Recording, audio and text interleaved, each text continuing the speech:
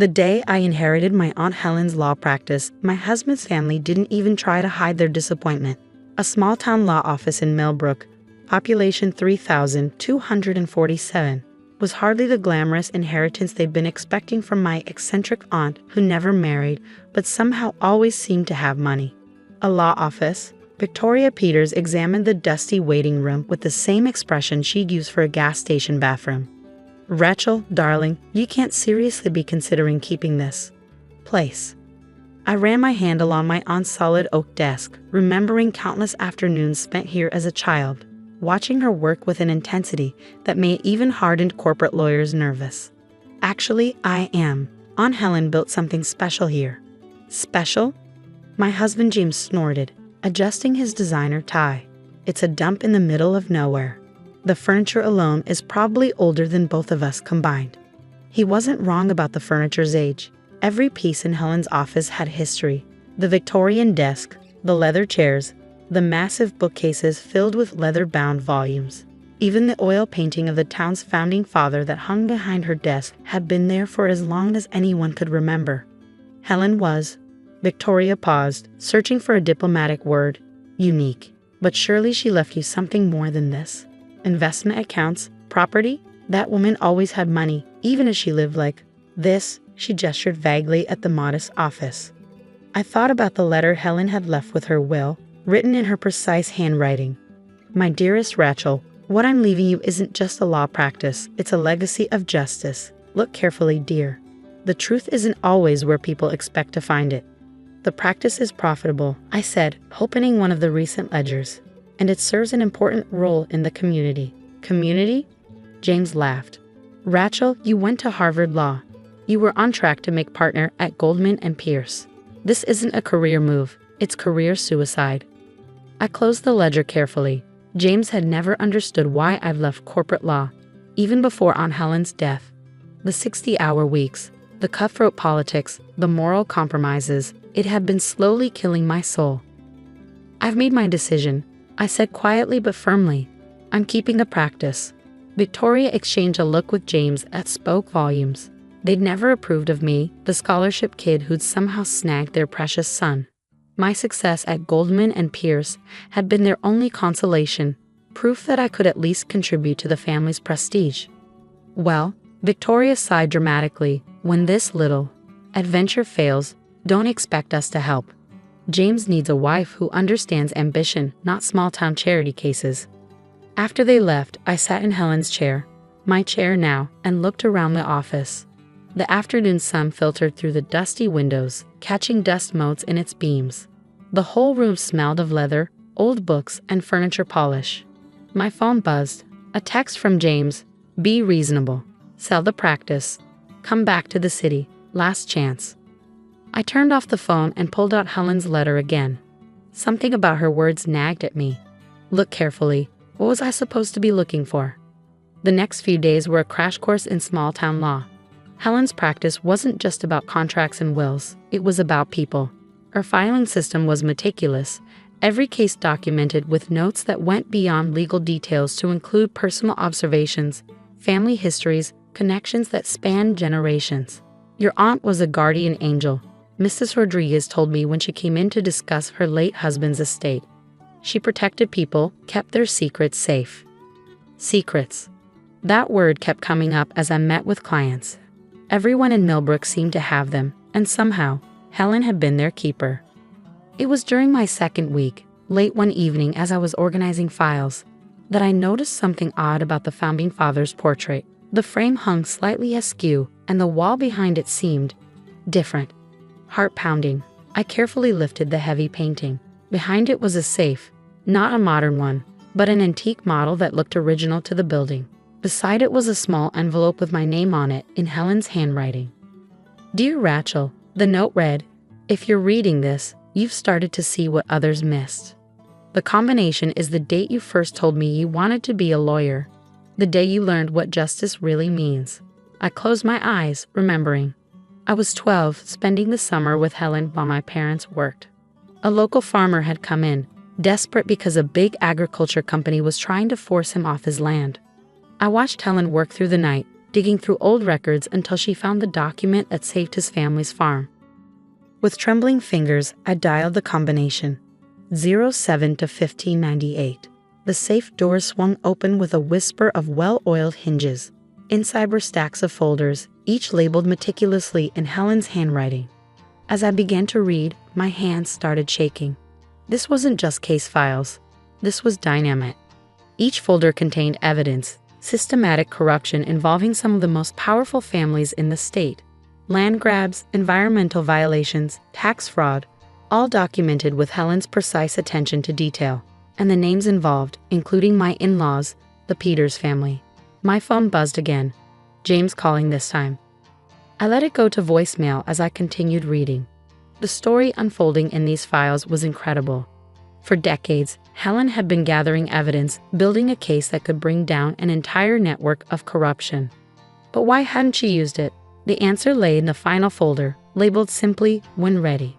My dearest Rachel, Helen's letter began. I couldn't act on this information in my lifetime. The people involved were too powerful, too entrenched. But you have something I never had. You know their world from the inside. You understand how they think, how they operate. And most importantly, you have the courage to do what's right, no matter the cost. I sat back in Helen's chair, my mind racing. The Peters family's real estate empire. Their mysterious ability to always get the right permits, the sudden reasoning that always worked in their favor. It all made sense now. My phone buzzed one more time. A text from Victoria. Dinner tomorrow night.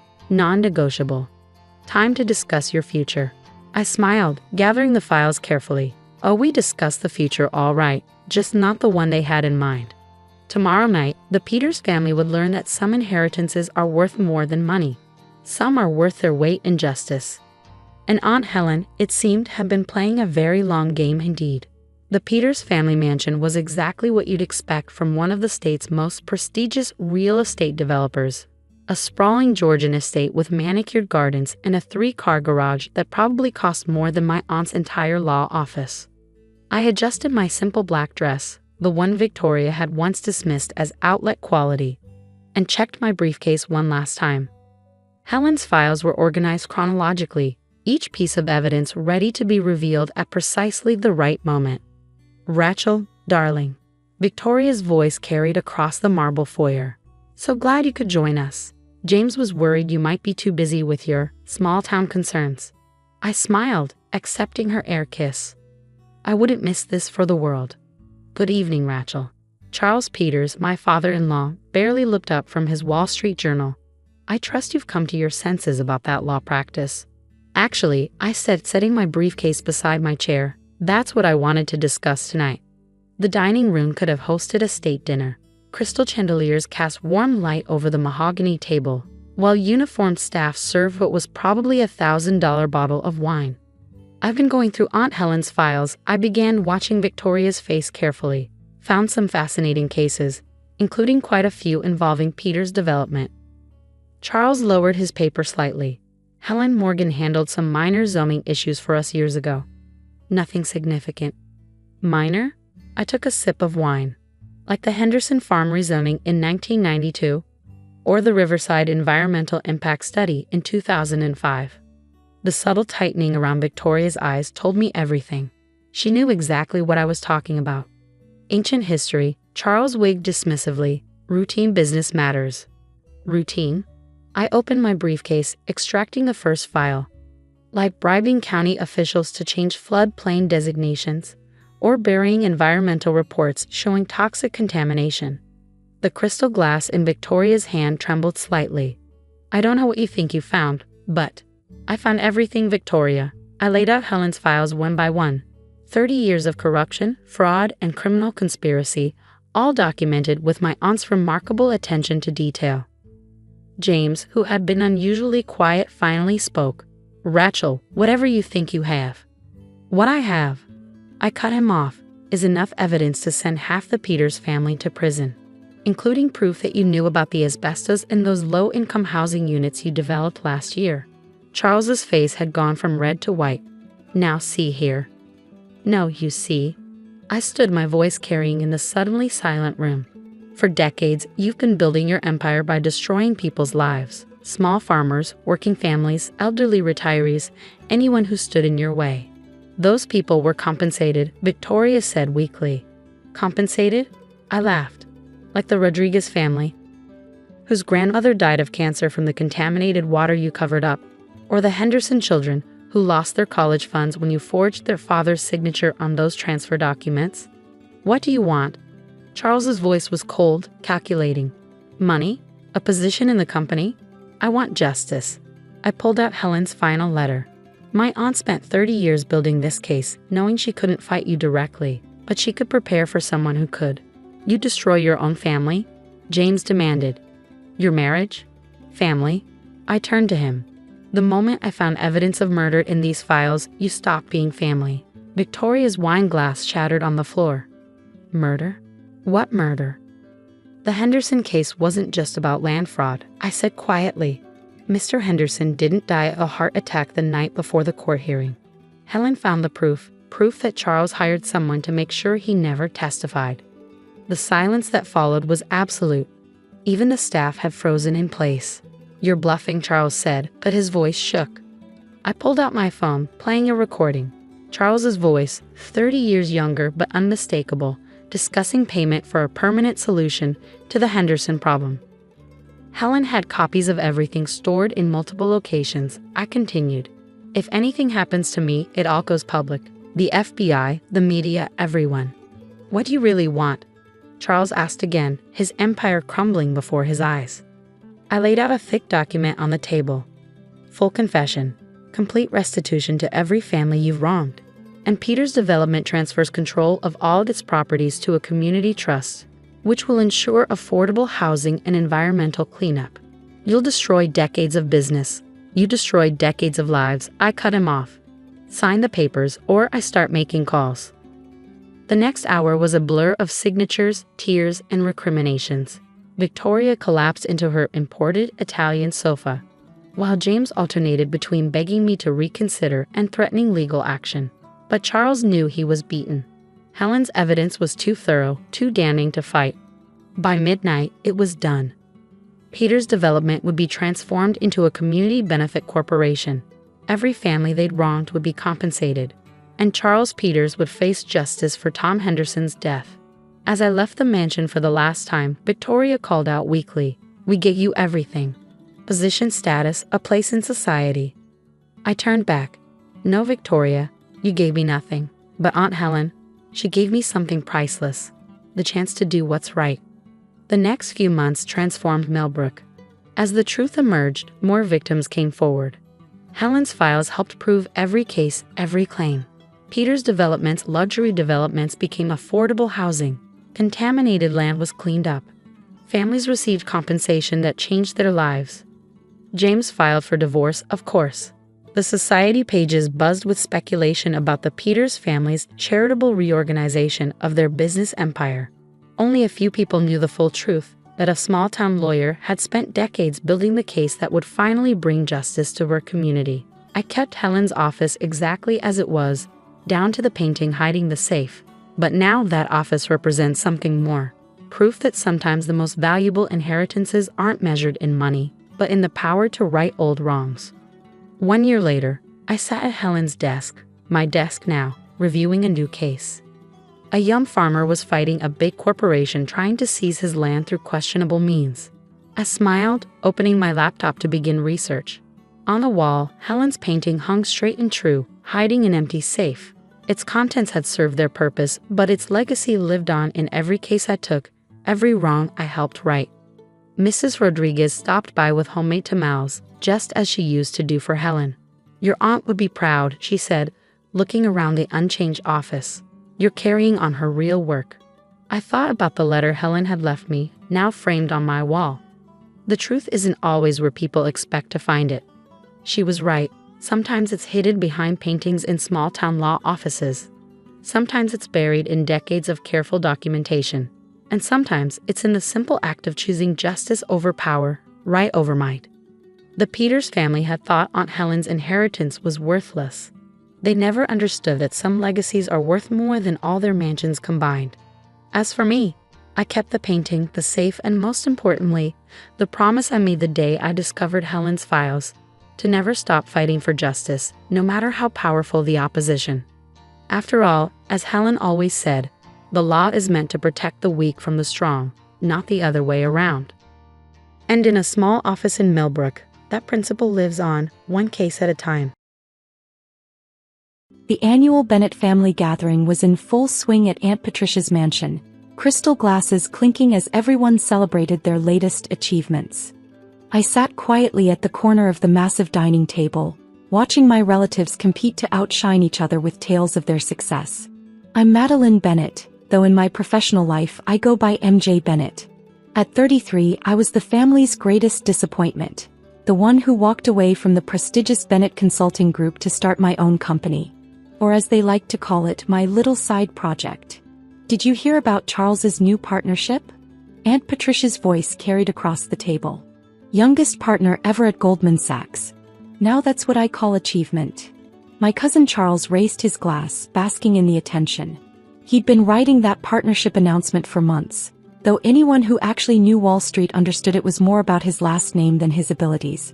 And Rebecca's new fashion line, my mother chimed in, nodding toward my sister. Already in talks with major retailers. She's carrying on the Bennett tradition of excellence. I took a sip of wine, hiding my smile. If they only knew that my little side project had just closed its 20th acquisition this year. But I had learned long ago to keep my success quiet. In my world, stealth was an advantage. What about you, Madeline? Aunt Patricia turned her sharp gaze to me. Still working on that. What do you call it? That startup of yours. Something like that, I replied vaguely. Let them think I was struggling with a small business. It made acquisitions easier when companies didn't see you coming. Darling, my mother sighed, I wish you'd reconsider joining the family firm. Your father could still find a place for you in middle management. It's not too late to have a real career. I thought about the corner office I occupied in my company's headquarters. Not that any of them knew where that was. Nova Technologies operated entirely through subsidiaries and shell companies, our true ownership hidden behind layers of corporate structure. I'm happy where I am, Mom. Happy? Aunt Patricia scoffed. How can you be happy being nothing when your cousins are out there achieving greatness? The words stung even though I'd heard variations of them for years. I glanced at my watch, an understated Patek Philippe that cost more than Charles's annual bonus. In exactly 20 minutes, everything would change. Speaking of achievement, my Uncle George boomed from the head of the table. We have exciting news about Bennett Consulting. We're in final negotiations for our largest client ever, Standard Motors. A complete digital transformation contract worth at least $50 million.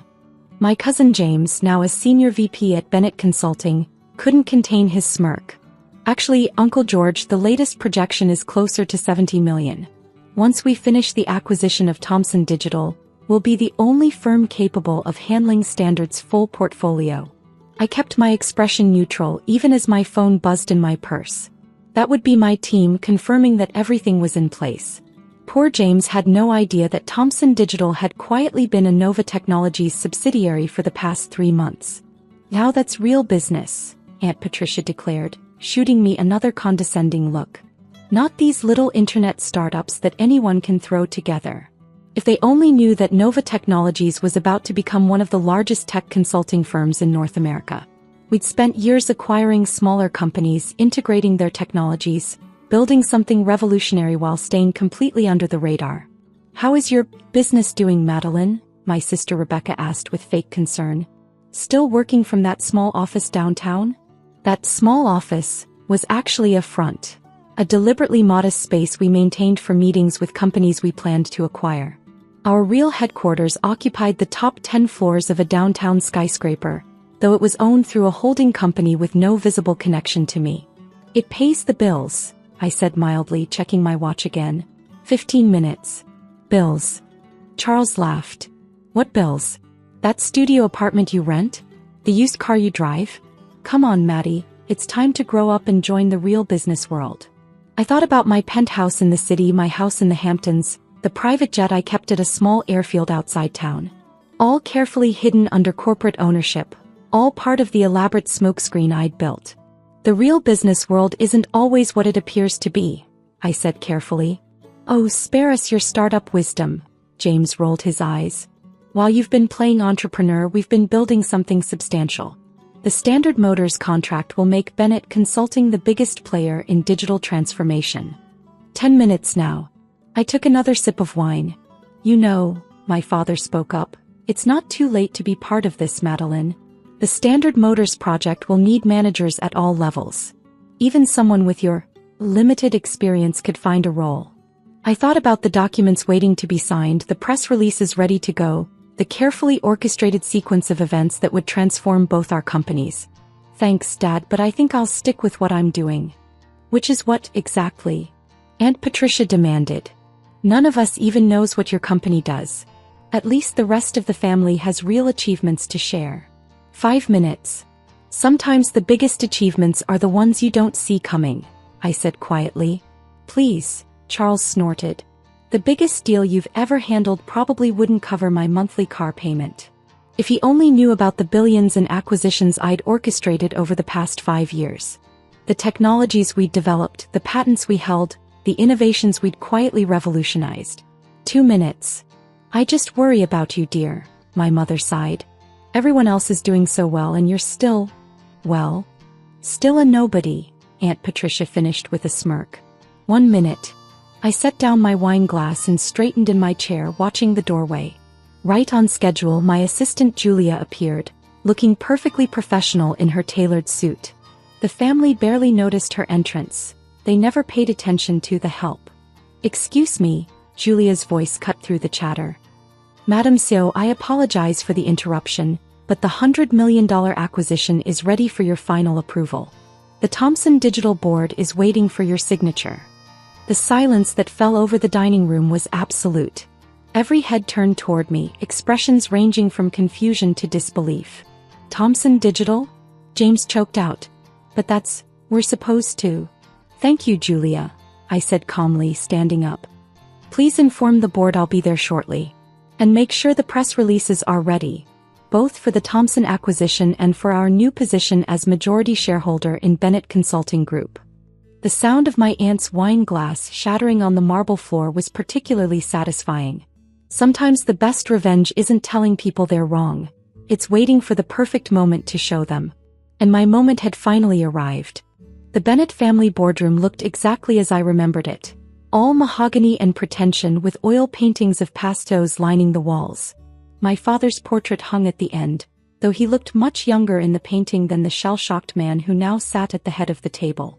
I'd given them an hour to process the news before calling this emergency board meeting. An hour to realize that their nobody daughter had outmaneuvered them all. Now I sat at the opposite end of the table, Julia efficiently setting up my laptop while my family struggled to comprehend how their world had turned upside down. This is impossible, James kept muttering, frantically scrolling through his phone. Nova Technologies. MJ Bennett. The acquisitions. How did we not know? Because you never bothered to look, I said calmly, nodding to Julia as she finished the setup.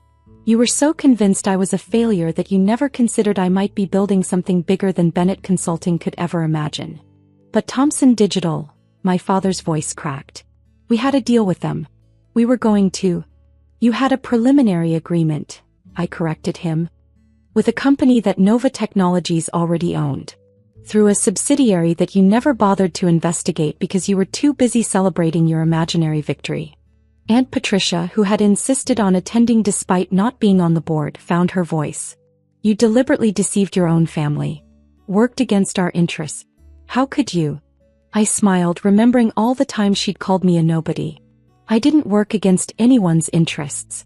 I built something revolutionary while you were all too busy mocking my little side project to notice. The fact that it interferes with your plans is simply unfortunate timing. Unfortunate timing? Charles exploded. You've destroyed the Standard Motors deal. Without Thomson Digital's technology, we can't. Actually, I cut him off, pulling up a presentation on the boardroom screen. Nova Technologies will be handling the Standard Motors contract. They signed with us this morning, all $120 million of it. The room erupted in chaos. James looked like he might faint. My father gripped the table edge so hard his knuckles went white. Even my mother, sitting in the observers section, had lost her perfect composure.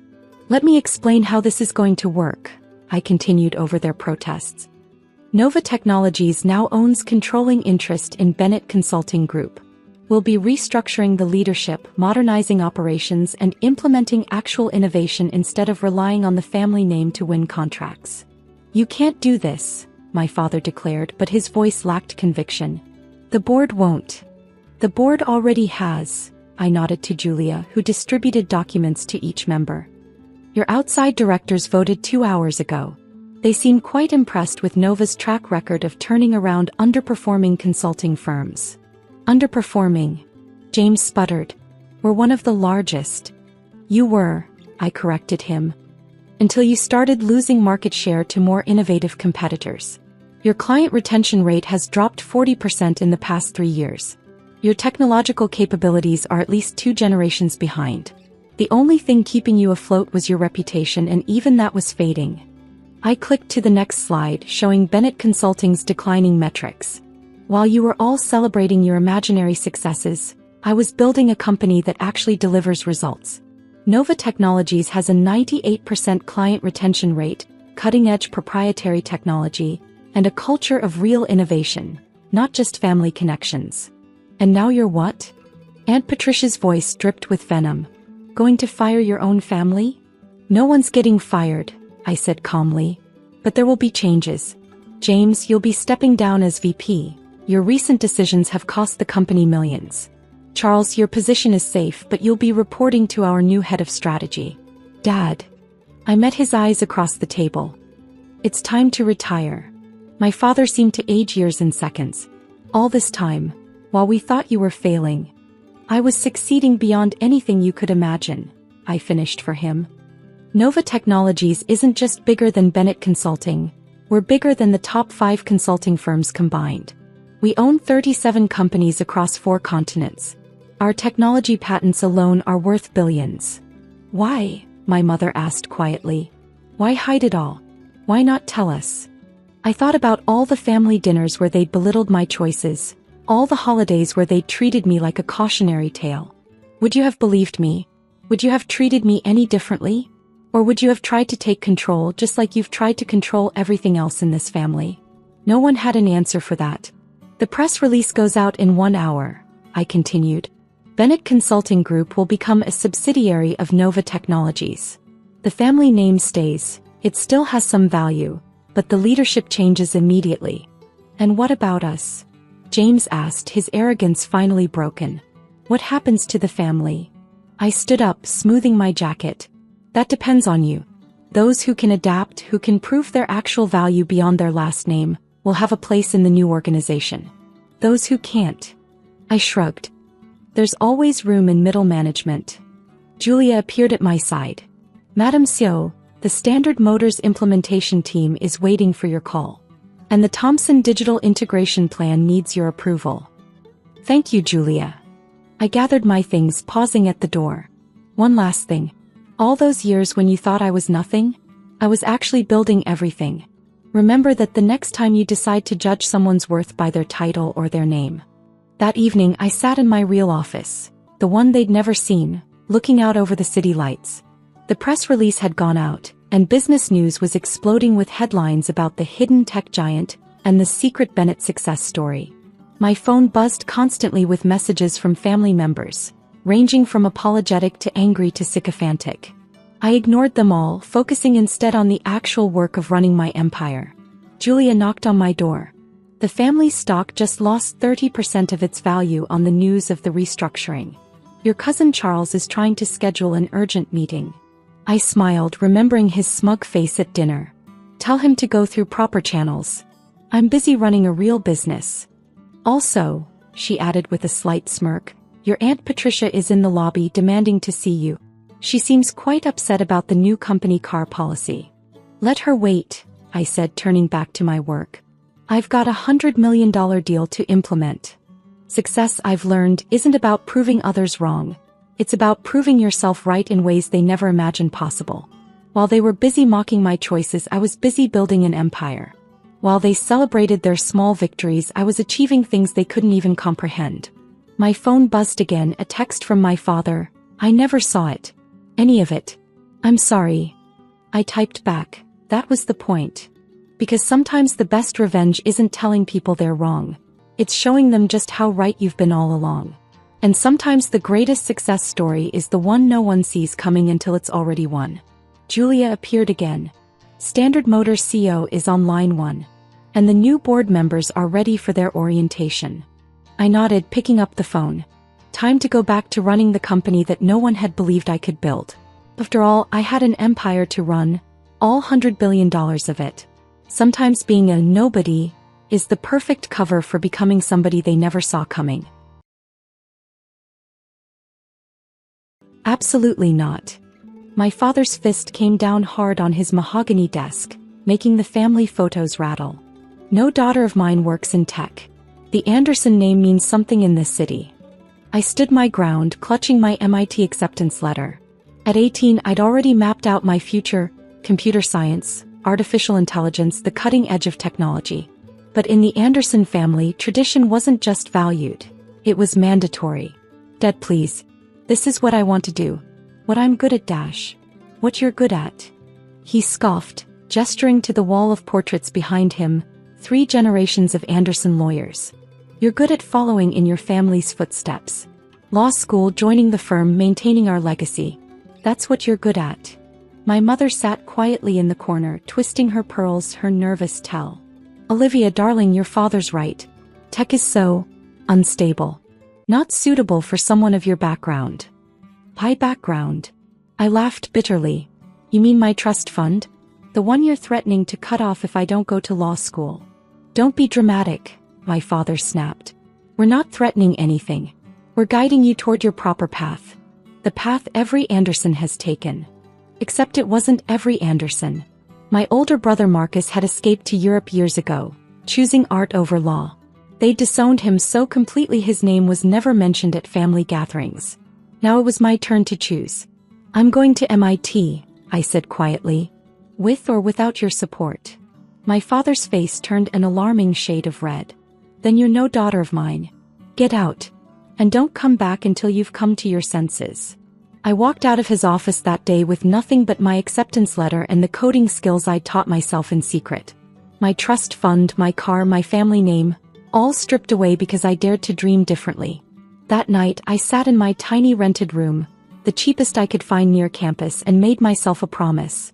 I wouldn't just succeed, I would redefine what success looked like. The first year was brutal. I worked 3 jobs between classes, coding websites for local businesses, tutoring rich kids in math, waiting tables at a campus cafe. Every spare moment went into studying or building my skills. My roommate Sarah Kim became my lifeline. A brilliant programmer herself, she understood my vision for what technology could become. They think tech is just gadgets and games, she said one night as we pulled another coding all-nighter. They don't see that we're building the future. We started small, developing apps and software solutions for startups. Our breakthrough came during junior year. An AI algorithm that could predict market trends with unprecedented accuracy. This could revolutionize financial technology, our professor said, staring at our test results. Have you considered commercializing it? We had. Sarah and I spent our senior year building what would become Nexus Technologies. Our dorm room became our first office, our student loans our seed funding. My family, meanwhile, continued their campaign of silence. Christmas cards returned unopened. Birthday calls unanswered. Even my mother's occasional secret messages stopped after my father discovered them. The Andersons don't associate with computer people, he'd apparently declared at a country club dinner. It's beneath us. What he didn't know was that those computer people were about to change everything. Nexus Technologies launched 2 weeks after graduation. Our AI trading platform caught the attention of several venture capital firms, but we were selective about investment. We wanted partners who saw our vision, not just dollar signs. Your algorithm could transform how Wall Street operates, one investor said during a pitch meeting. But why hasn't anyone done this before? Because they were too busy following tradition to see the possibilities, I replied, thinking of my father's mahogany desk and wall of portraits. The first year was a blur of pitch meetings, coding sprints, and endless cups of coffee. Sarah and I lived on ramen noodles and determination, pouring everything back into the company. Then came our first major client, a mid-sized investment firm willing to take a chance on our platform. Within 3 months, their trading profits increased by 200%. Word spread. More clients signed on. Nexus Technologies grew from 2 founders in a cramped office to 50 employees in a downtown workspace. I kept tabs on my family through industry news. Anderson & Associates, my father's law firm, was struggling to adapt to the digital age. Their refusal to modernize was costing them clients and talent. Traditional law firms are dinosaurs, I overheard a client say. They don't understand that technology is changing everything. 3 years after being disowned, Nexus Technologies had become a major player in financial technology.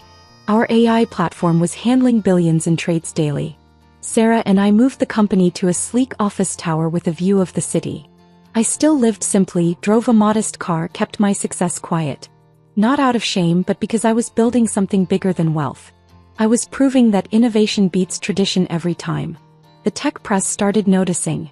Nexus Technologies, the future of financial AI, read one headline. Meet the women revolutionizing Wall Street, said another. I kept copies but never sent them to my parents. Then came the acquisition offers. Tech giants and financial institutions waving astronomical numbers, trying to buy what we'd built. Think about it, one CEO urged. $8 billion. You'd never have to work again. But Sarah and I had bigger plans. We didn't want to sell our vision. We wanted to expand it. Instead of selling, we went public. The IPO was the largest tech offering of the year. Financial news channels covered it non-stop, praising the revolutionary AI platform changing the face of finance. And there, in the middle of it all, was my face. The girl who wasn't supposed to work in tech, who was supposed to follow the Anderson path to law school, was now worth more than the entire family fortune. My assistant, Jennifer, came into my office the morning after the IPO. Ms. Anderson, your father's firm called. They're interested in discussing potential synergies between our companies. I looked out my office window at the city skyline, remembering that day in his office 5 years ago. What did you tell them? That you're not available for family matters. She smiled. Just like you instructed. I nodded, turning back to my work. The Anderson name might mean something in this city, but it no longer meant anything to me. I had built my own legacy, one line of code at a time. The Forbes article changed everything. The new face of finance. How Olivia Anderson built a $4.8 billion empire, splashed across newsstands nationwide. The story detailed not just Nexus Technologies' success, but my personal journey, including being disowned for choosing tech over law. My phone started ringing within hours of publication. Ms. Anderson? Jennifer appeared in my office doorway. Your mother's on line 1. Your father's on line 2. Your Aunt Margaret is in the lobby, and your cousin Stephen just emailed about an urgent investment opportunity. I glanced at the magazine on my desk, my face staring back from the cover. What are we telling them? The usual, you're not available for family matters. She paused. Though your mother's called 6 times already. I turned to look out my office window, remembering all the birthdays and holidays that had passed in silence. 5 years of complete rejection, and now suddenly they wanted to talk. Send me the emails, I said. I want to see what they're saying. The messages poured in, each more desperate than the last. From my father, Olivia, we need to discuss this situation as a family. Call me immediately. From my mother, darling, we've missed you so much. We always knew you'd do wonderful things. From various cousins and aunts who'd supported my disownment. Remember your favorite cousin? We should catch up. The most interesting was from my brother Marcus, the other family exile. Saw the Forbes piece. Guess we're both disappointments who made good. Coffee sometime. I saved his email. The others I archived in a folder labeled Family Matters Ignored. Then came the financial reports. Anderson & Associates was in worse shape than I'd realized. Their reluctance to adapt to digital transformation had cost them most of their major clients. My father's firm was hemorrhaging money and talent. Your father's firm made another attempt to schedule a meeting, Jennifer reported the next morning. This time through their board of directors. They're calling it a technology consultation. I laughed. 5 years ago, technology was beneath the Anderson name. Now they're desperate for it. There's more, she added. They've lost their biggest client to a firm using our AI platform for legal analytics. Irony had a wonderful sense of timing. The situation came to a head at the annual Tech Innovation Summit. I was scheduled to deliver the keynote address about the future of financial technology. Unknown to me, my parents had secured tickets. I walked onto the stage in front of 2,000 people, my success evident in every step. Gone were the second-hand clothes and borrowed textbooks. I'd earned my place here. The future of finance isn't about tradition, I began, my voice carrying across the hushed auditorium. It's about innovation. About seeing possibilities where others see barriers. In the third row I spotted them. My parents, dressed in their country club finest, watching their disowned daughter command the attention of the entire tech industry. 5 years ago I was told to stick to traditional paths. To follow established routes to success. I smiled, looking directly at them. Instead I chose to create my own path. To build something new. After the speech they tried to approach me. Security, well briefed on family matters, smoothly intercepted them. Ms. Anderson isn't available for unscheduled meetings, the head of security explained politely but firmly. We're her parents, my father blustered, his face reddening just like it had that day in his office. Sir, we're aware. She's still not available. Later that evening, as I reviewed acquisition proposals in my penthouse office, Jennifer buzzed in. Your father's firm just announced layoffs. 40% of their staff. The press is calling it the end of an era. I set down my tablet, thinking about that wall of portraits in his office. All those generations of tradition crumbling because they couldn't adapt. Ms. Anderson? Jennifer appeared again. Your mother's in the lobby. She's refusing to leave without seeing you. I considered for a long moment. Send her up. My mother walked into my office like a stranger, her confident society manner stripped away by circumstance. She stared at the view, at the awards lining my walls, at all the evidence of success they'd never wanted to believe possible. Olivia, she whispered. This is extraordinary. Thank you. I didn't offer her a seat. Why are you here? We've missed you, darling. All these years wondering how you were. Wondering? I interrupted. You knew exactly where I was. You chose not to be part of it. Your father was wrong, she said quickly. We were all wrong. We see that now. Now that I'm worth billions? Now that my company is revolutionizing the industry? How convenient. She flinched. It's not about the money. Really. I pulled up my emails, projecting them onto the wall screen. Because every message I've received from the family mentions investment opportunities, business partnerships, or financial advice. Not one apology. Not one admission of how deeply you hurt me. We were trying to protect you, she protested weakly. No, you were trying to control me. To force me into your narrow vision of success. I stood up, walking to the window. And now that my vision of success has surpassed anything you could imagine, you want to be part of it. We're still your family. I turned back to her. Family supports each other. Family believes in each other. Family doesn't disown their children for daring to dream differently. What can we do? She asked quietly. How can we make this right? You can't. I sat back down, signaling the conversation was ending. Some bridges once burned can't be rebuilt. Not even with billions of dollars. Your father's firm, she began, is failing because it refused to evolve. Just like your relationship with me failed because you refused to accept who I really was. I pressed the intercom. Jennifer, please show Mrs. Anderson out. Olivia, please. Oh, and Mom. I called as she reached the door. Tell Dad that Nexus Technologies isn't interested in consulting with dinosaurs. We're too busy building the future. The next day I received an unexpected visitor. Marcus, my artist brother, the family's first disappointment, stood in my lobby. Nice place, sis, he grinned. Better than that dorm room you started in. I hugged him tight, realizing how much I'd missed having family who understood. Over coffee in my office he filled me in on his life. He'd built a successful career as an artist in Paris, far from the Anderson family's expectations. Saw Mom and Dad at my last gallery opening, he said.